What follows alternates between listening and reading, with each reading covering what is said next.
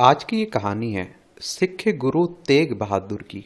इनके नाम में ही बहादुर है और गुरु तेग बहादुर ने बलिदान दे दिया, लेकिन औरंगजेब के आगे सिर नहीं झुकाया।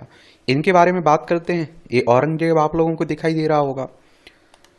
तो 11 अगस्त 1664 को दिल्ली से सिखों का एक जत्था पंजाब के गांव वकाला पहुंचा। 6 महीने पहले 8वें गुरु हरिकृष्ण ने अपने निधन से पहले ऐलान किया था कि उनका उत्तराधिकारी वकाला में मिलेगा।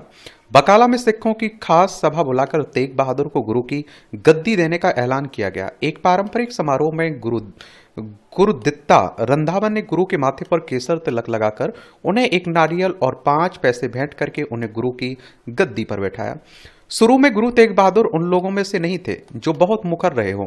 खुशवंत सिंह अपनी किताब आ हिस्ट्री ऑफ द सिख में लिखते हैं कि पृष्ठभूमि में रहने की उनके स्वभाव की वजह से ही गुरु तेग बहादुर आम लोगों के बीच लोकप्रिय हो गए। धीरमल ने उनकी हत्या करने की कोशिश की, लेकिन हत्या के लिए बुलाए गए लोग अपने अभियान में सफल नहीं हुए। खुशवंत सिंह लिखते हैं कि तेग बहादुर बकाला छोड़कर अमृतसर गए, जहां हरमिंदर साहब के दरवाजे बंद कर दिए गए थे। वहां से वो अपने पिता के बसाए शहर कीरतपुर गए और उसके बाद उन्होंने कीरतपुर से 5 किलोमीटर दूर एक नया गांव बसाया, जिसे उन्होंने आनंदपुर का नाम दिया और इसी जगह को अब आनंदपुर साहब के नाम से जाना जाता है। लेकिन यहां भी उनके दुश्मनों ने उन्हें चैन से नहीं रहने दिया। गुरु तेग बहादुर की गिरफ्तारी। गुरु तेग बहादुर का जन्म 1621 में हुआ था और वो छठे सिख गुरु हरगोबिंद के सबसे छोटे बेटे थे। कुछ दिन आनंदपुर में रहने के बाद गुरु तेग बहादुर ने पूर्वी भारत का दौरा करने का फैसला किया। रास्ते में उन्हें आलम खां के नेतृत्व में मुगल सैनिकों ने गिरफ्तार कर लिया, उन्हें दिल्ली ले गए। इतिहासकार इस बारे में एक मत नहीं है उन्हें क्यों गिरफ्तार किया गया। खुशवंत सिंह लिखते हैं कि ऐसा मुगल दरबार में रहने वाले राम राय के उकसावे में किया गया। गुरु तेग बहादुर पर शांति भंग करने का आरोप लगाया गया और इतिहासकार फौजा सिंह इससे सहमत नहीं है। उनका कहना था कि राम राय तब तक तेग बहादुर के गुरु मान चुके थे और उनके लिए उनके मन में कोई बुरी मंशा नहीं थी। औरंगजेब के सामने पेशी और रिहाई। सरफजीत सिंह अपनी किताब स्टोरी ऑफ द सिख में लिखते हैं कि उनकी गिरफ्तारी के जो भी कारण रहे हों, लेकिन गुरु तेग बहादुर को 8 नवंबर 1665 को गिरफ्तार कर दिल्ली ले जाया गया। गुरु को औरंगजेब के सामने पेश किया गया। गुरु तेग बहादुर ने बादशाह औरंगजेब को संबोधित करते हुए कहा, मेरा धर्म भले ही हिंदू ना हो, मैं भले ही वेदों की श्रेष्ठता और मूर्ति पूजा और दूसरी रीति रिवाजों में ना यकीन करता हूं, लेकिन मैं हिंदुओं के सम्मान से रहने, उनके धार्मिक अधिकारों के लिए लड़ता रहूंगा। लेकिन औरंगजेब पर गुरु तेग बहादुर के इन शब्दों का कोई असर नहीं हुआ। औरंगजेब के दरबार में मौजूद कई उलेमा ने उनके कान भरे कि गुरु का बढ़ता प्रभाव इस्लाम के लिए खतरा हो सकता है। एक समय औरंगजेब ने गुरु को मृत्युदंड देने का फैसला कर लिया था, लेकिन उनके एक राजपूत मंत्री राजा राम सिंह ने उन्हें जीवित छोड़ देने का अनुरोध किया था, जिसे औरंगजेब ने मान लिया था। 1 महीने बाद दिसंबर में गुरु तेग बहादुर के खिलाफ सारे आरोप वापस लेकर उन्हें रिहा कर दिया गया। रिहा होते ही गुरु ने पूर्व की तरफ अपनी यात्रा फिर से शुरू कर दी और वो मथुरा, आगरा, कानपुर, इलाहाबाद, वाराणसी, बोध गया होते हुए पटना पहुंचे। वहां पर गुरु तेग बहादुर की पत्नी माता गुजरी ने रोकने का फैसला किया, लेकिन गुरु तेग बहादुर अपने अनुयायियों से मिलने ढाका की तरफ बढ़ गए। ढाका में रहते ही उन्हें खबर मिली कि उनके बेटा हुआ है, जिसका नाम गोविंद राय रखा गया है, जो बाद में गुरु गोविंद सिंह के नाम से जाने गए। 3 वर्ष असम में रहे और इस बीच औरंगजेब ने कामरूप के राजा के विद्रोह को दबाने की जिम्मेदारी राजा राम सिंह को सौंपी। उस जमाने में कामरूप को एक खतरनाक जगह माना जाता था और जो अपने बहादुर योद्धाओं और काले जादू के लिए मशहूर था। आप देखते हैं कि राजा राम सिंह को गुरु तेग बहादुर की आध्यात्मिक शक्ति में गहरी आस्था थी और ये आप देखेंगे, ये आप लोगों को देखने को मिलेगा असम आप। और आप देखिए, राजा राम सिंह ने गुरु तेग बहादुर से अनुरोध किया कि वो कामरूप के अभियान में उनके साथ चलें। गुरु उनके अनुरोध से इनकार नहीं कर सके। सरबजीत सिंह लिखते हैं कि लड़ाई के दौरान गुरु ने करीब 3 साल असम में बिताए और आप देखिए, इसी बीच उन्होंने कभी कभी मध्यस्थ की भूमिका भी निभाई। लौटने पर वो पटना में रह रही अपनी पत्नी से नहीं मिल पाए, क्योंकि उनके पास लगातार संदेश आ रहे थे कि पंजाब में उनकी जरूरत है। मार्च 1672 में वो चक नानकी की अपनी गद्दी पर लौट आए। उनकी यात्राएं उन्हें ऐसी जगहों पर ले गईं जहां गुरु नानक के अलावा और कोई सिख गुरु नहीं गया था। कश्मीर के पंडितों की गुहार। ये आप देखिए 25 मई 1675 को जब गुरु तेग बहादुर आनंदपुर साहब में एक संगत में बैठे हुए थे, कश्मीर से कुछ लोगों का जत्था उनसे मिलने आया। जत्थे का नेतृत्व पंडित कृपा राम कर रहे थे।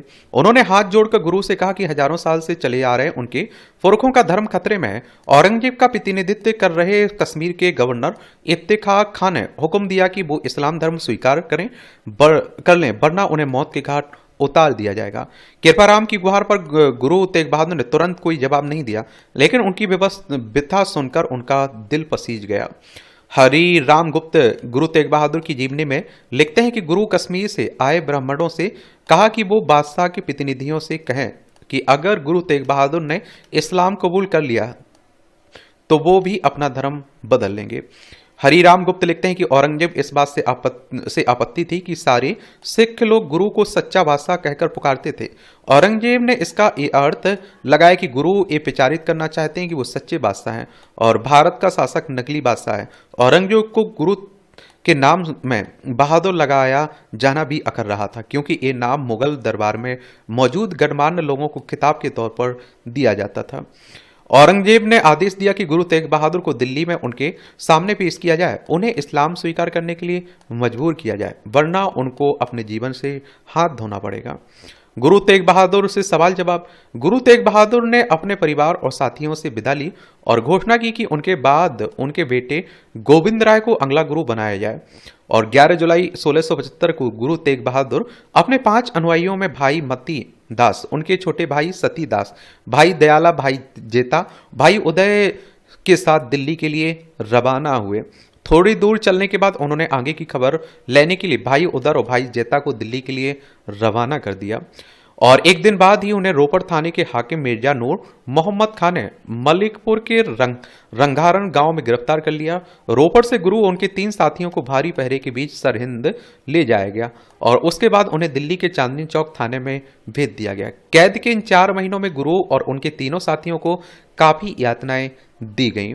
और गुरु तेग बहादुर के जीवनीकार हरवंश सिंह विरदी अपनी किताब Guru Tegh Bahadur saviour of Hindus and Hindustan में लिखते हैं कि दिल्ली में गुरु को उनके 3 साथियों के साथ लाल किले ले जाया गया और वहां गुरु से हिंदू और सिख धर्म पर कई सवाल पूछे गए और उनसे ये भी पूछा गया कि वो जनेऊ पहनने वालों, माथे पर टीका लगाने वालों के लिए अपनी जान क्यों कुर्बान कर रहे हैं।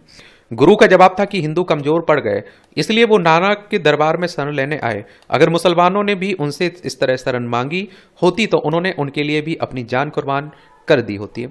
अब औरंगजेब चेतावनी देता है। औरंगजेब की चेतावनी। डॉक्टर त्रिलोचन सिंह अपनी किताब गुरु तेग बहादुर प्रोफेट एंड मार्टियर में लिखते हैं कि औरंगजेब दीवान ए आम में सुबह 9 बजे दाखिल होकर उनकी बालकनी में पहुंच गए। उन्होंने सफेद सिल्क की पोशाक पहन रखी थी और उसमें एक सिल्क का ही कमरबंद बंधा हुआ था और जिससे रत्नों से जड़ी एक कटार लटक रही थी। उनके सिर पर एक सफेद साफा था। वासा के दोनों ओर खड़े किन्नर याक की मूंछ और मोर के पंख से बने पंखे से उन पर हवा कर रहे थे। बादशाह को सिख धर्म के बारे में पहले से जानकारी थी। उन्हें यह भी मालूम था कि सिख भी मुसलमानों की तरह मूर्ति पूजा के खिलाफ हैं। उन्हें बहुत उम्मीद थी कि वो गुरु को इस्लाम कबूल करने के लिए मना लेंगे, क्योंकि दोनों में काफी वैचारिक निकटता दिख रही थी। औरंगजेब ने गुरु तेग बहादुर से कहा, आप ना तो मूर्ति पूजा में विश्वास रखते हैं और ना ही आपको इन ब्राह्मणों में विश्वास है, तो आप इनका मामला लेकर हमारे सामने क्यों आए।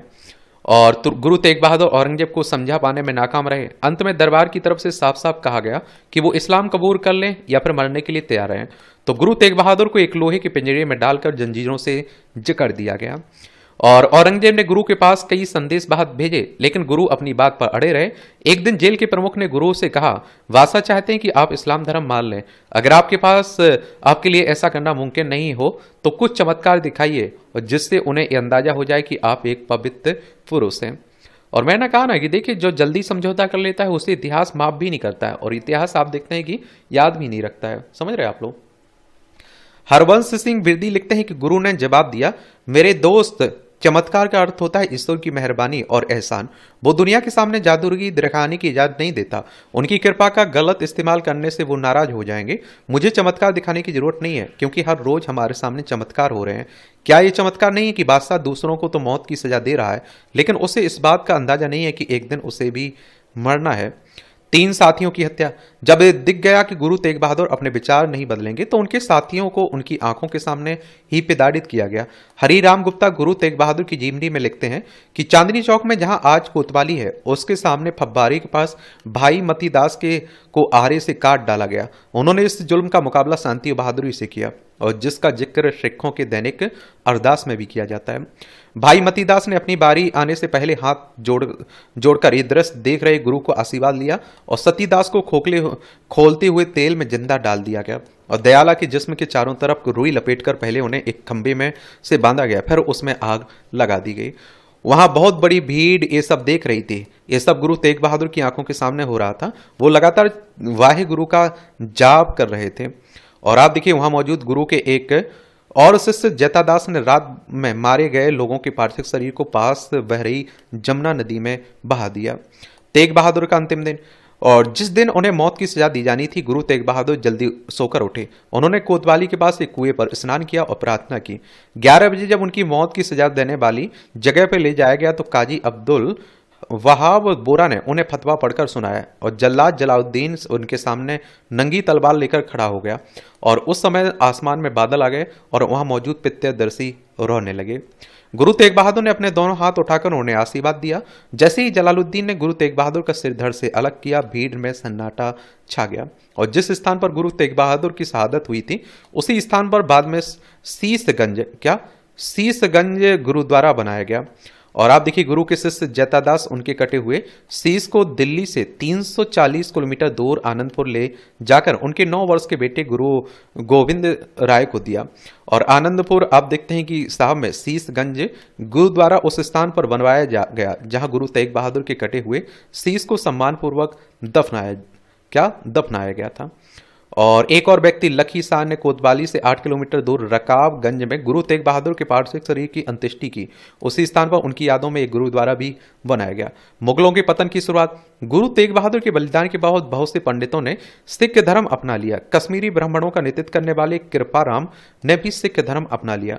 सिख अधिता गुरु मुख सिंह ने अपनी किताब गुरु तेग बहादुर द ट्रू स्टोरी में लिखा, गुरु तेग बहादुर के इस बलिदान का जबरदस्त असर हुआ जिसे भारतीय उपमहाद्वीप के इतिहास को बदल दिया।